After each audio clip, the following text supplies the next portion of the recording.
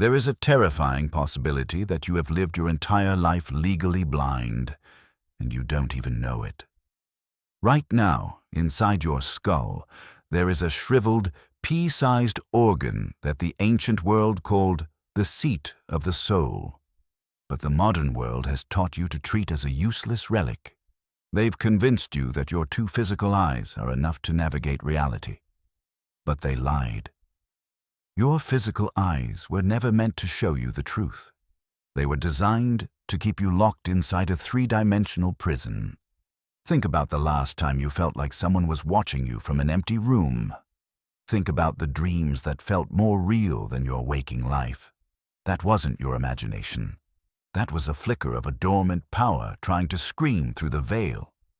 2,000 years ago, a radical named Jesus of Nazareth stood before a crowd of people just like you, spiritually starved and trapped in a system of control, and he told them something that should have changed the course of human history. He told them that the light of the body is the eye. Not the eyes, plural, but the eye, singular. He wasn't talking about religion. He was talking about a biological breakthrough. He was talking about a hidden anatomy that allows you to see through the walls of this physical matrix and witness the raw, vibrating energy of the divine. But here is the question that should haunt you. If this third eye is your birthright, who went to such great lengths to make sure yours stayed shut? Who benefits from you staying blind? By the time this hour is over, the scales are going to fall. We are going to deconstruct the greatest cover-up in human history and show you exactly how to ignite the light that Jesus said would fill your entire being. But before we dive in, the skeptics said this channel wouldn't grow. They said these truths were too dangerous or too strange for the Bible. But your presence here proves they were wrong. If you know God's Word still has the power to wake the dead, subscribe to Hidden Genesis, like this video, and hit the bell. They wanted us silenced, but we're just getting started. We have to start with the why. Why do you feel like there is a wall between you and the miracles you read about in ancient texts? Why does God feel like a distant concept rather than a felt, visible presence? The answer isn't in a library or church building. It's inside your skull. Science calls it the pineal gland. It's a tiny, pine cone-shaped organ nestled deep in the geometric center of your brain. But here is the part your biology textbook left out. This gland isn't just a producer of melatonin. Under a microscope, the interior of the pineal gland actually has retinal tissue and a structure nearly identical to your external eyes. It even has a lens. Think about the sheer weight of that. Why would the Creator place a functioning eye in a place where no physical light can reach it? It's because the light it was designed to capture isn't the light of the sun. It's the uncreated light of the source. For centuries, this wasn't a secret. The Egyptians carved it into their temple walls as the Eye of Horus. The Greeks called it the passageway of thought. But somewhere along the way, we entered the great forgetting. We have been conditioned to live entirely in the outer court. We focus on what we can taste, what we can buy, and what we can see with our two physical eyes. But those two eyes are limited. They only see a tiny fraction of the electromagnetic spectrum. They see the shadows on the cave wall, as Plato once put it. They show you a world of separation, of me versus you, of fear and lack. But the single eye, the third eye, was designed to show you the unity. Jesus wasn't being poetic when he spoke about the eye being single. He was being a surgeon of the spirit. He knew that as long as you're looking through your two physical eyes, you are seeing a divided world, a world of duality, of good and evil, of us and them. But when the third eye is ignited, the two become one. The division vanishes. You stop looking at God and start seeing through God. But here is where the drama turns into a dark reality. Look at our modern world. We are living in an environment that seems perfectly engineered to keep this eye shut. from the fluoride in our water that literally calcifies this gland, turning your spiritual antenna into a hard, useless stone, to the constant blue light bombardment from our devices that keeps our brain in a state of high-stress beta waves. If you want to understand why the world feels so dark, you have to look at the one verse that the religious establishment has spent 2,000 years trying to explain away. In the Gospel of Matthew, chapter 6, verse 22, Jesus says, "The light of the body is the eye. If therefore thine eye be single, thy whole body shall be full of light." Let that sink in. He didn't say your eyes, plural. He didn't say your vision or your perspective or your good deeds. He used a singular, specific anatomical term, the eye. The Greek word used here is haplous. Most translations try to soften this to mean healthy or sincere. But the literal, raw meaning of haplous is single, simple, or unfolded.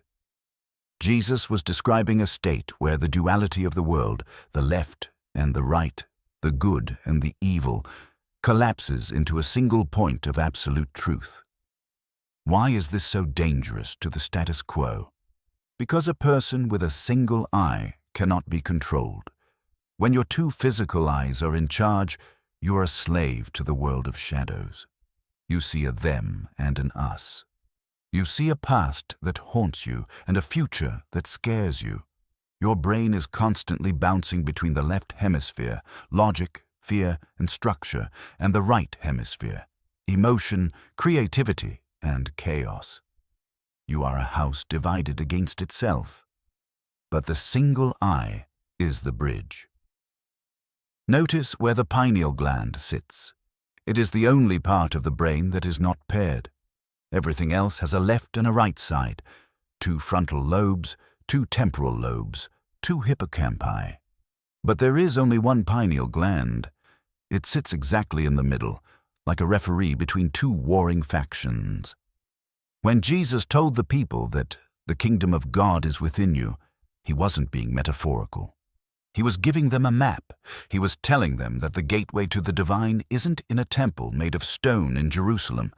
It is in the upper room of your own temple, your mind. Think about the story of Jacob in the Old Testament. He wrestles with the divine being all night, and when the sun rises, he names the place Peniel. He says, "For I have seen God face to face, and my life is preserved." P-E-N-I-E-L. Does that sound familiar? It is the exact phonetic root of the pineal gland. The ancients weren't hiding this. They were screaming it from the rooftops. They knew that to see God face to face required an internal shift, a move from the 2 eyes of the flesh to the 1 eye of the spirit. But here is the question that should make your blood run cold. If the key to heaven is literally sitting in the center of your brain, why does every aspect of modern society feel like it's designed to slam that door shut? We are taught to worship the external. We are told that seeing is believing, meaning if our 2 physical eyes can't verify it, it doesn't exist.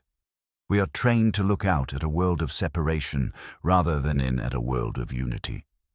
Why? Because a person who has activated their single eye realizes that the veil is an illusion. They realize that death is a door, not a wall. They realize that they are not a victim of their circumstances, but a co-creator with the Almighty. A person who can see the unseen is impossible to manipulate. They don't need a middleman to talk to God. They don't need a government to tell them what is true. They don't need a corporation to tell them what they're worth. Jesus was trying to start a revolution of the conscious mind. He was showing us how to turn the lights on in a room that has been dark for thousands of years. But the people in charge of that room, the ones who profit from the darkness, didn't want the lights on. They still don't.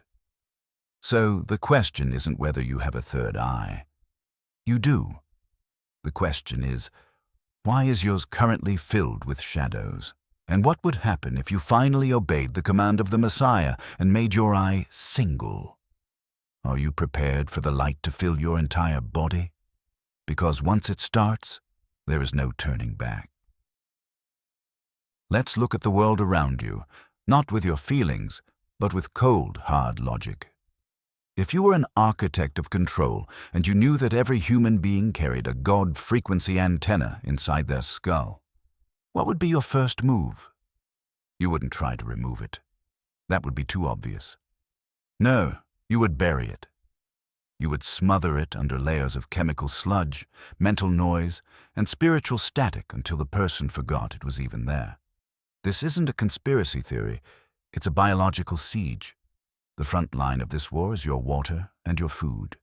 For decades, we've been told that sodium fluoride is for our teeth, but the pineal gland is a magnet for fluoride. While the rest of your body tries to flush it out, your third eye absorbs it like a sponge. It undergoes a process called calcification. The soft, glowing tissue of your spiritual gateway literally turns into a hard, crusty stone. Think about the symbolism there.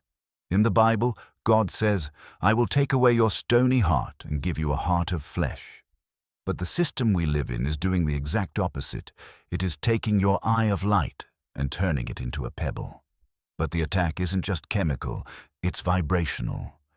Your pineal gland is the master clock of your body. It produces melatonin, which regulates your sleep, your mood, and your connection to the rhythms of the earth. It is sensitive to electromagnetic fields. Now, look at our environment. We are drowning in a sea of invisible noise. Wi-Fi, 5G, Bluetooth, and the constant blue light from the very screen you're holding. This light doesn't just strain your eyes, it tricks your brain. It tells your third eye that the sun never sets. It keeps you in a state of perpetual noon, never allowing your consciousness to descend into the deep, restorative delta states, where visions occur and where God speaks in the silence. Why do you think you feel so exhausted yet so wired? Why do you feel like you're searching for something but can't find the energy to actually pray or meditate? Because your antenna is being jammed. And then there's the psychological warfare. The world floods us with fear. Fear is the ultimate third eye killer. When you are in fear, your brain shifts all its energy to the amygdala, the primitive reptilian part of your brain. It's the fight or flight center. When you're in survival mode, your higher consciousness shuts down. You can't see the kingdom of heaven when you're worried about losing your job or the next pandemic or the opinions of strangers on the internet. The pharaohs of our modern age don't need whips and chains to keep you in Egypt. They just need to keep your third eye calcified and your mind in a state of constant anxiety. Jesus said, "Be not afraid." He didn't say it because it was a nice sentiment. He said it because fear is the literal off switch for your spiritual vision. He knew that a fearful man is a blind man. Ask yourself, when was the last time you sat in total darkness and total silence for more than 10 minutes?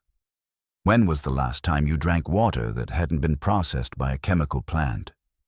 When was the last time you looked at the stars without a glowing phone in your hand? The system isn't broken. It's working perfectly. It's designed to keep you eyeless in Gaza, grinding away at a mill that produces nothing for your soul. But the fact that you're still listening, the fact that there is a part of you that feels a click of recognition right now, means the calcification hasn't won. The stone is beginning to crack. Are you ready to stop being a victim of the war on the soul and start fighting back with the weapons of the Spirit? Most people hear the word Christ and they think of a last name. They think it's just a title for a religious figure. But the word Christos literally means the anointed one, and to be anointed means to be smeared with oil. Now ask yourself, why would the most powerful spiritual concept in human history be centered around a physical substance like oil? Is it just a ceremony? Or is there a biological secret hidden in the marrow of your bones that the modern church has completely forgotten? There is a process within the human body, a sacred secretion that many ancient mystics called the Christ oil. Every month, when the moon is in the sign you were born under, a highly refined fluid is released from your brain. It travels down the spinal cord, all the way to the sacrum, the sacred bone at the base of your back. In the ancient texts, this journey down the spine was seen as the descent of spirit into matter. It is the seed of life traveling through the 33 vertebrae of your spinal column. Does that number sound familiar? Jesus was 33 years old when he was crucified and resurrected. The secret isn't in the descent, it's in the ascent. If you live a life of pure indulgence, if you are ruled by your lower appetites, your lusts, and your anger, this oil is wasted. It is consumed by the fire of the lower nature. But if you can raise your frequency, if you can practice stillness and save this internal seed, it begins to climb back up the spinal ladder. This is the true meaning of the resurrection. When this refined essence returns to the brain, it crosses the medulla oblongata and enters the area of the thalamus and the pineal gland. This is the internal anointing. When this oil hits the pineal gland, it awakens the dormant crystals we talked about in Chapter 1. It's like pouring fuel onto a pilot light. Suddenly, the single eye isn't just a biological organ. It becomes a literal projector of light. This is what Jesus meant when he said, "That which is born of the flesh is flesh, and that which is born of the Spirit is spirit." He wasn't telling you to hate your body. He was telling you how to transmute it. He was showing you that your nervous system is a Jacob's ladder, and the angels ascending and descending are the chemical and electrical signals of your own awakening. Think about the drama of this. Inside of you right now, a seed is being born. It is a gift from the Creator, a monthly opportunity to experience the Christing of your own mind. But because we are never taught this, we squander our inheritance in the world of the five senses. We are like the prodigal son, eating with the pigs while a royal feast is waiting for us in the upper room of our own consciousness. Can you imagine the power of a person who has successfully raised this oil? This is the person whose presence changes the atmosphere of a room. This is the person who speaks and things happen. This is the person who doesn't just read the Bible, but lives it, because their eye is single and their whole body is full of light. But let's get real. The reason this sounds like madness to the world is because the world doesn't want you to know you are a laboratory of the divine. They want you to think you are a biological accident that needs a pill for every emotion and a screen for every thought. The oil is your light, and the light is your life. The question is, are you going to continue to waste this sacred secretion on things that don't matter? Or are you going to start the climb? Are you ready to witness the resurrection of your own higher mind? In our world, power is loud. It's the roar of an engine, the shouting of politicians, the constant pinging of notifications. But in the kingdom of the Spirit, power is found in the one thing most of us are terrified of: silence. Think about the title given to Jesus, the Lamb of God. A lamb is the quietest creature. It doesn't bark, it doesn't growl, it doesn't demand to be heard. To activate the third eye, you have to enter what the mystics call the silence of the Lamb. Most people try to force their spiritual vision open. They want a shortcut, they want a pill, a ritual, or a quick fix. But you cannot shout at the third eye to wake up. It is like a shy creature in the woods. If you make too much noise, it retreats deeper into the shadows of your brain.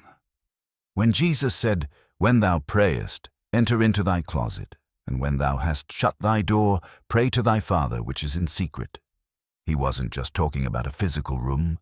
He was talking about shutting the doors of your five senses. Your eyes, ears, nose, mouth, and skin are constantly screaming for attention. They are feeding your brain a diet of external distractions. As long as those doors are wide open, the third eye stays dormant. Why would it turn on? You're already overwhelmed by the light of the physical sun. The drama of the silence is that it feels like death to the ego. The moment you sit in total darkness and stop moving, your ego begins to panic. It starts generating thoughts. This is boring. I'm wasting time. What about that email? I'm hungry. That is the wolf trying to drown out the lamb.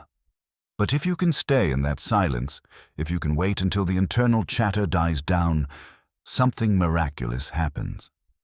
The electrical energy of your body, which is usually projected outward to handle your environment, begins to pool inward. This is the psychological state of the watcher.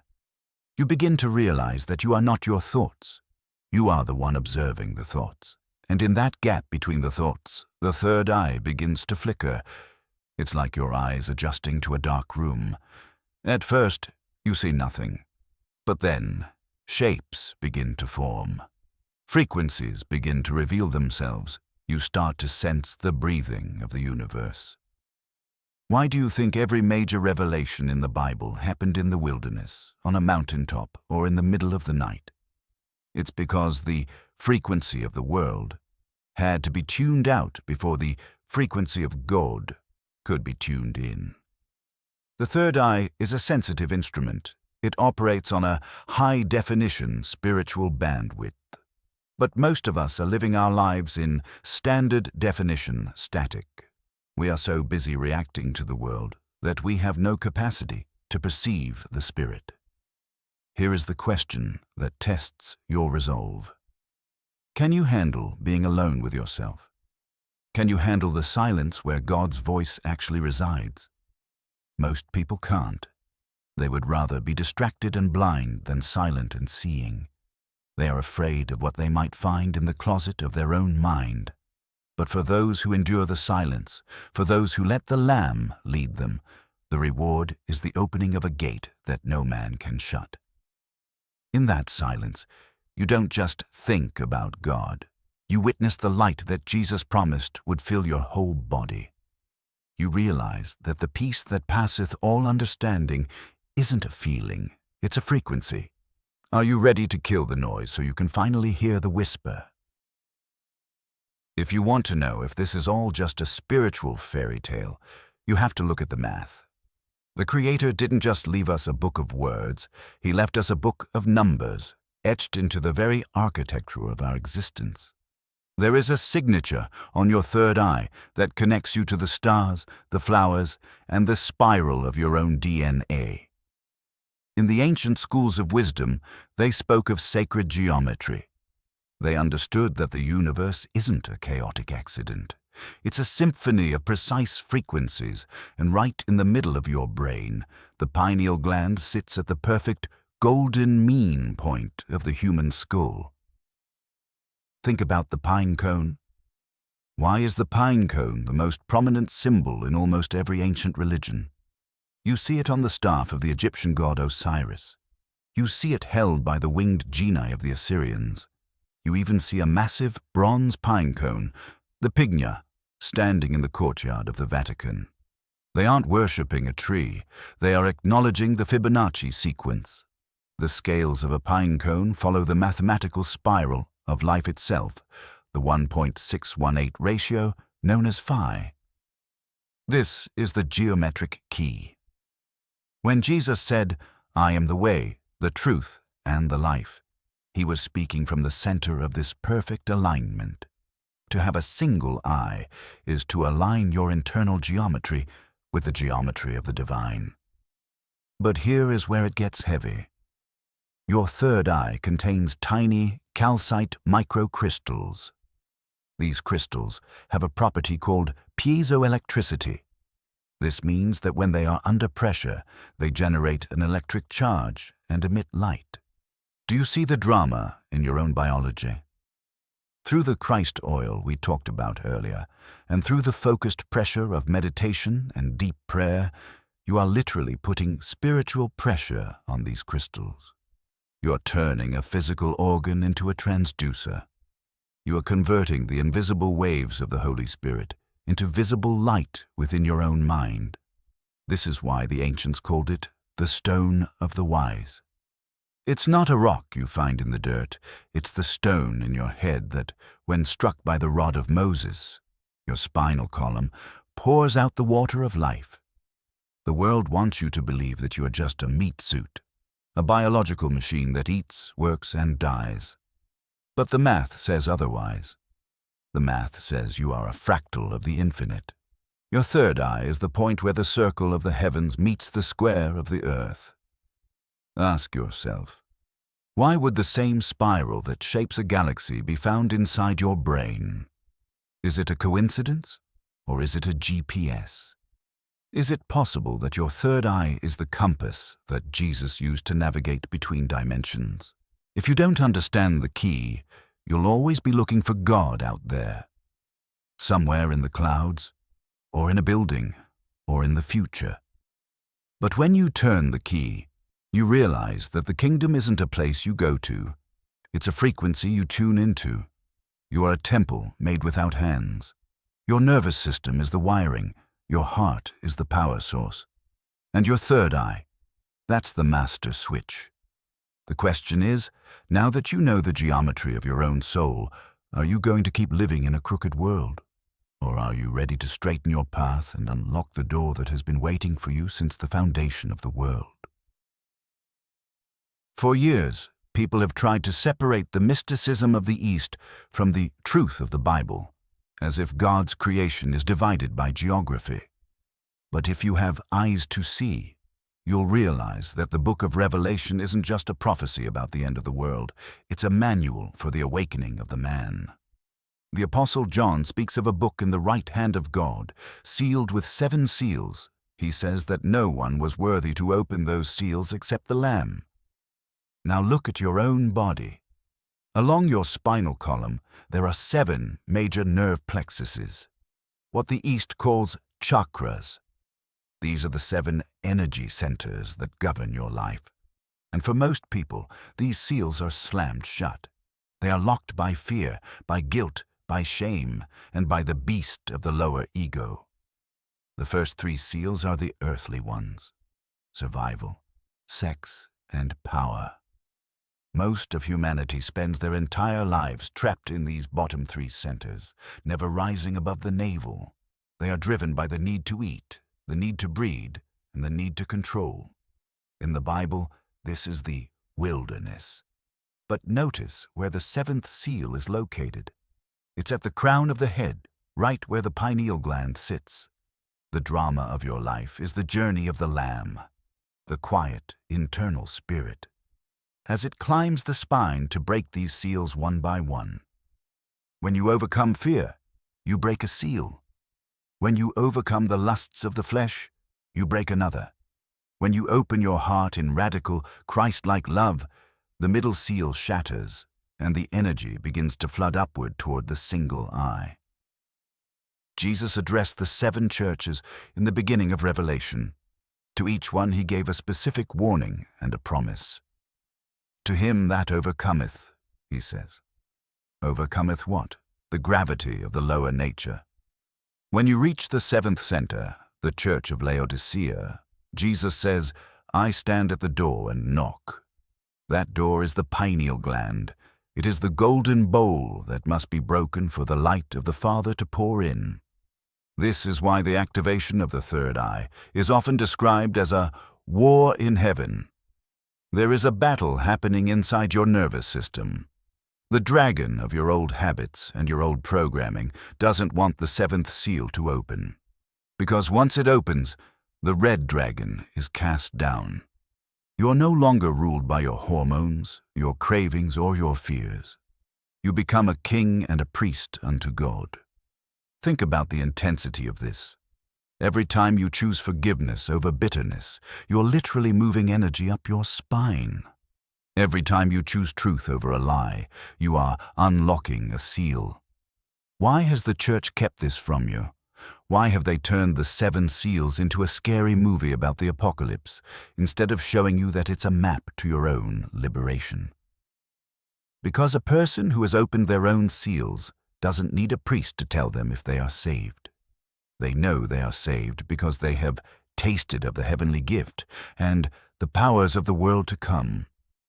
They have seen the New Jerusalem descending out of heaven, which is the higher consciousness descending into the physical brain.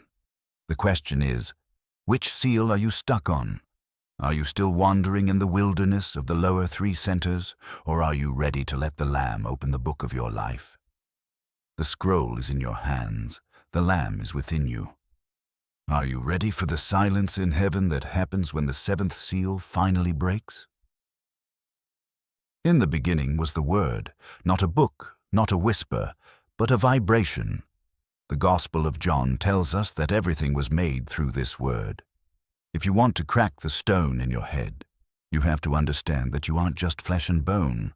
You are a symphony of frequencies, and the most powerful tool you have to activate your third eye isn't your sight, it's your voice. Think about the drama of the Amen.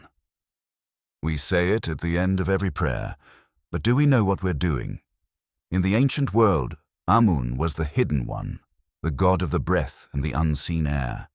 When you speak a word of power, you are creating a physical vibration that resonates through the fluid in your brain. Your pineal gland is surrounded by cerebrospinal fluid. This fluid is like a conductor for electricity. When you hum, when you pray with deep, resonant conviction, or when you chant the names of the divine, you are creating a mechanical wave.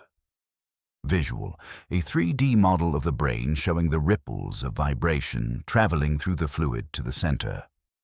This isn't woo-woo science. This is cymatics. Just as sound can create beautiful geometric patterns in sand or water, the frequency of the word creates patterns in the fluid of your upper room. If you are constantly speaking words of death, fear, and gossip, you are vibrating your third eye into a state of chaos and mud. But when you speak the truth, when you vibrate the frequencies of love, gratitude, and the I am, you are essentially power washing the calcification of your pineal gland. Jesus said, "The words that I speak unto you, they are spirit and they are life." He wasn't just talking about the definitions of the words, he was talking about the resonance. He spoke with a frequency that opened the eyes of the blind. He was literally vibrating the atmosphere around people until their own internal I had no choice but to wake up. Think about the walls of Jericho.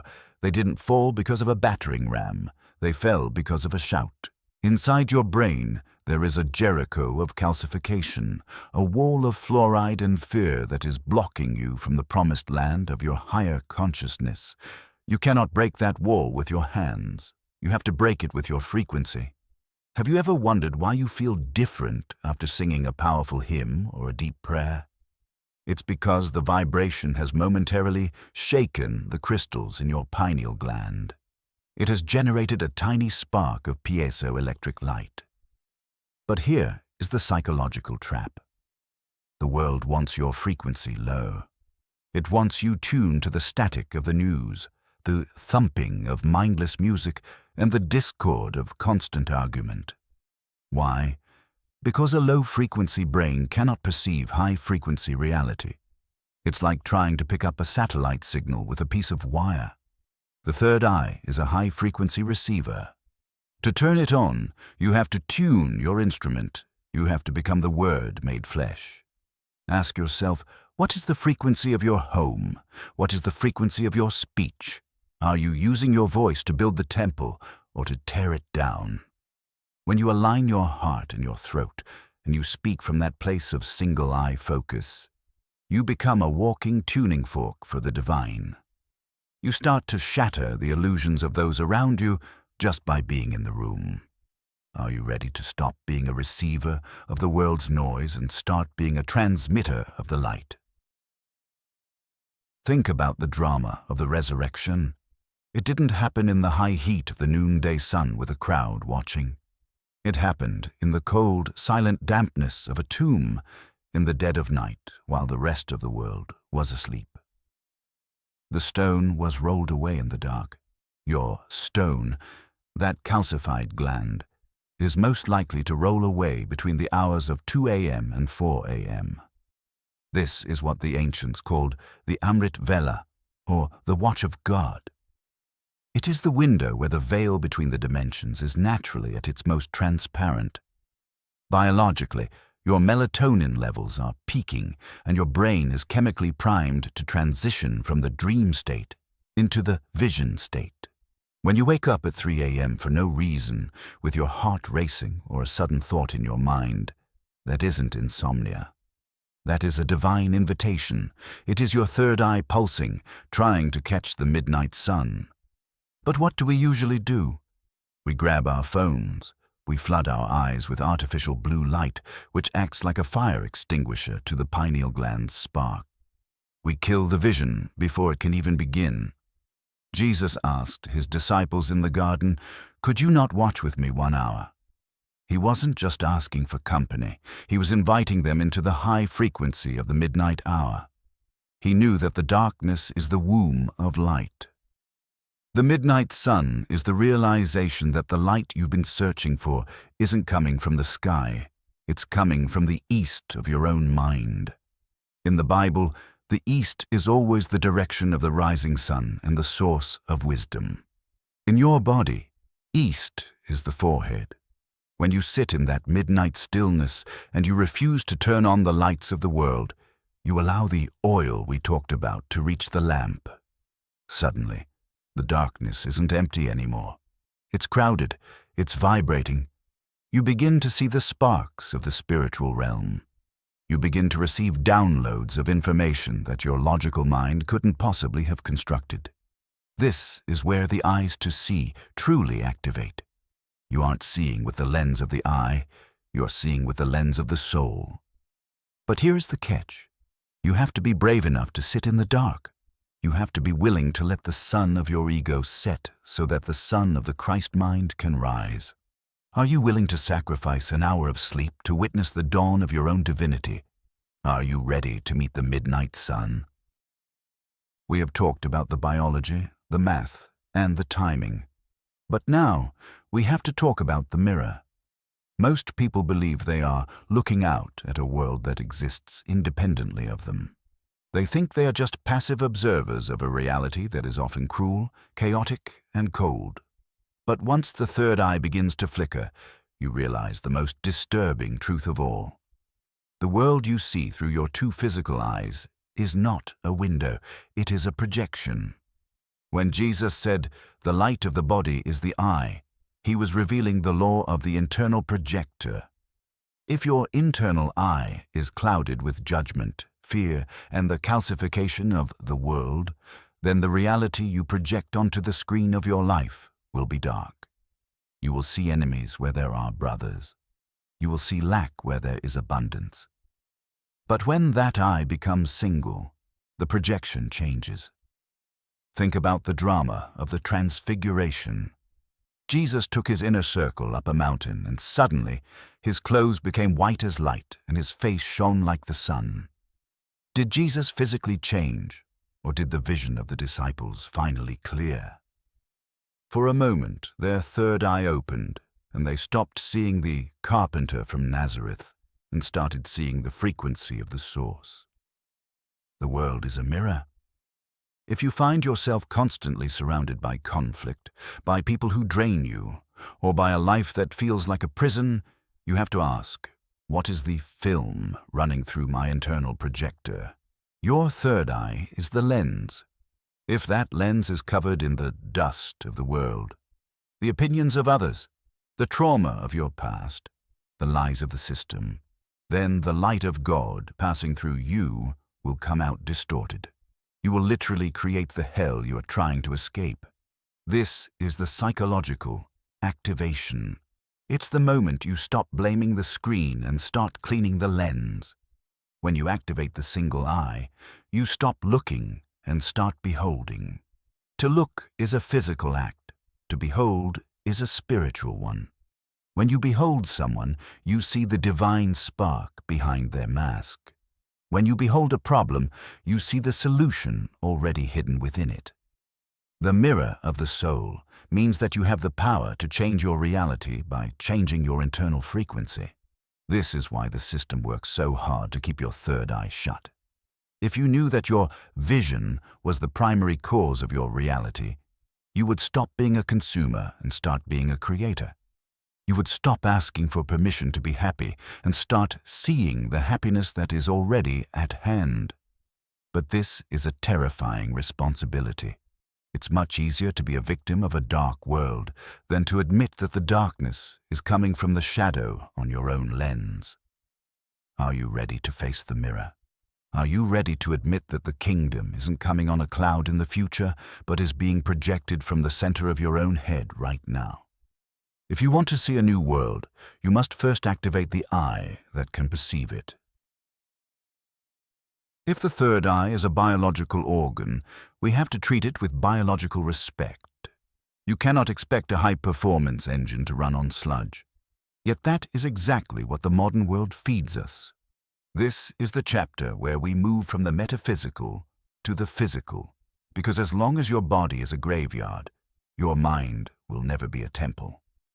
In the ancient world, the diet of the gods wasn't about weight loss. It was about transparency. The goal was to make the body so clean that the light could pass through it without being blocked by density. This is why Jesus fasted for 40 days. He wasn't punishing himself. He was decalcifying. When you stop the constant intake of heavy, processed and chemically laden, dead food, your body finally has the energy to perform internal maintenance. It starts to eat the calcification off your pineal gland. Think about the drama of the forbidden fruit. In the Garden of Eden, the fruit led to the fall of consciousness, the closing of the eye. To reverse the fall, we must return to a diet of light. Everything you eat carries a frequency. Living foods, fruits, vegetables, herbs, and seeds that have been charged by the sun carry the photonic energy that your third eye uses as fuel. But dead foods, processed sugars, factory-farmed meats, and chemical additives carry a frequency of fear, decay, and density. If you want to activate the single eye, you have to stop drinking the poison of the system. We've mentioned fluoride, but we need to go deeper. It is a neurotoxin that mimics calcium. It finds its way into the tiny crystals of your pineal gland and freezes them. It's like putting glue into a clock. If you want to see the unseen, your first act of rebellion must be at the kitchen sink. Switch to distilled or spring water. Remove the heavy metals. But it's not just what you put in your mouth. It's what you put in your ears and eyes. The diet of the gods includes your information intake. If you spend 4 hours a day consuming the sludge of social media, the rot of celebrity gossip, and the poison of political hatred, you're feeding the beast of the lower brain. You're making your third eye blind with the sheer weight of the world's garbage. Jesus said, "Man shall not live by bread alone, but by every word that proceedeth out of the mouth of God." To activate your vision, you must go on a dopamine fast. You must starve the ego of its constant need for stimulation. When you sit in that silence of the Lamb we talked about, and you have a body that isn't struggling to process chemicals, the third eye begins to breathe again. This is the physical anointing.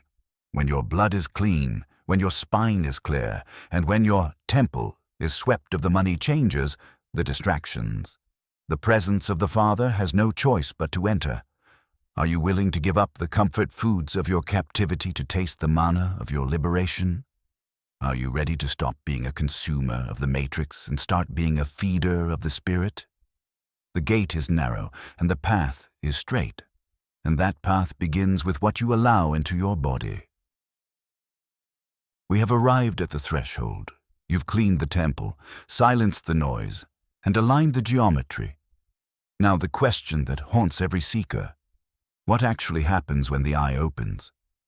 It is not a hallucination. It is not a trick of the light. It is the moment your consciousness shifts from the black and white of the physical world into the living color of the eternal.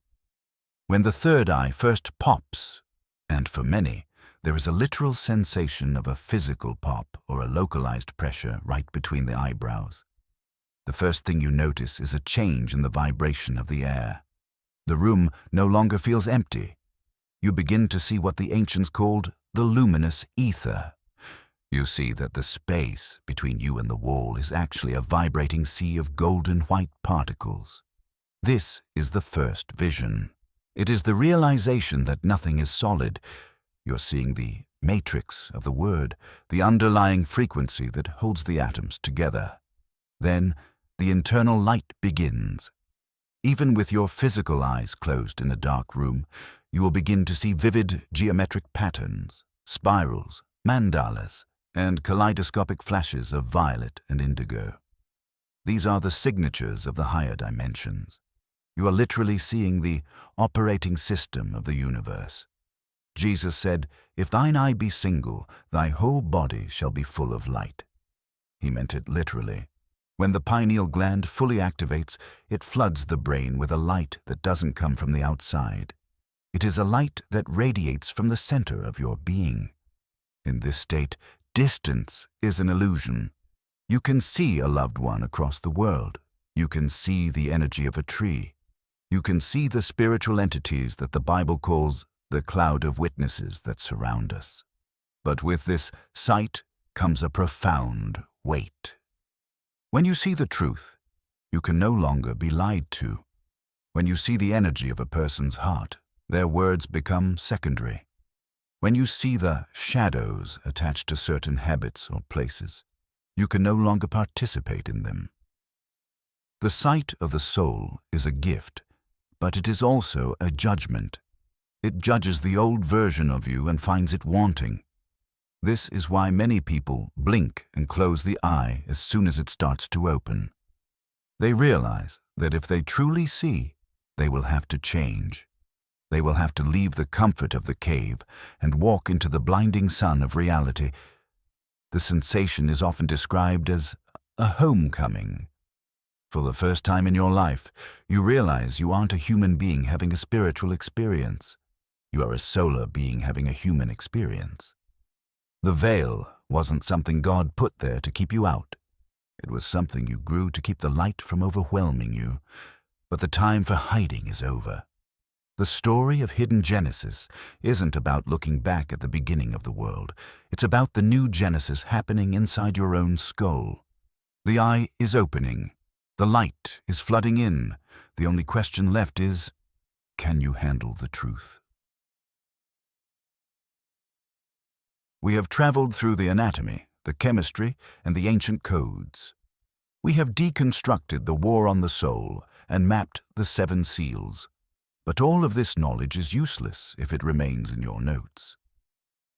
The final stage of the journey isn't information. It is transformation.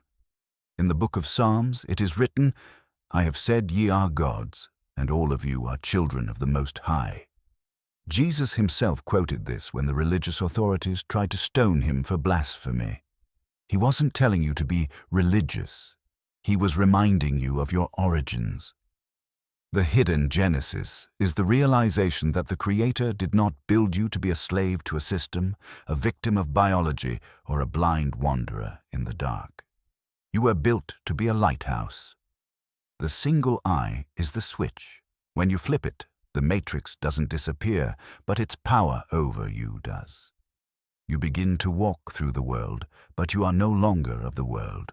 You see the traps before they are set. You hear the truth behind the lies. You feel the current of God moving through the mundane moments of your day. This is the end of the great forgetting. The pharaohs of this world can keep their fluoride, their fear-mongering, and their distractions. They can keep the outer court of the temple. Because you have found the Holy of Holies. You have realized that the veil was never a wall, it was just a cataract on your own soul. And today, the scales have fallen. As you step away from this video, the world will try to pull you back. It will try to recalcify you with its noise and its sludge. But you now have the code. You know that the midnight sun is always shining, even when you can't see it. You know that the Christ oil is always rising. Go forth and live as a person who can see. Heal where there is sickness. Bring light where there is shadow, and never again let anyone convince you that you are small or broken or alone. The voices said this truth was too deep. They said you weren't ready. But the fact that you've reached the end of this journey proves that the light has already won. If you're ready to walk as a child of the day, subscribe to Hidden Genesis, like this final chapter, and hit the bell. Our story isn't just beginning. It's being fulfilled. See you in the light.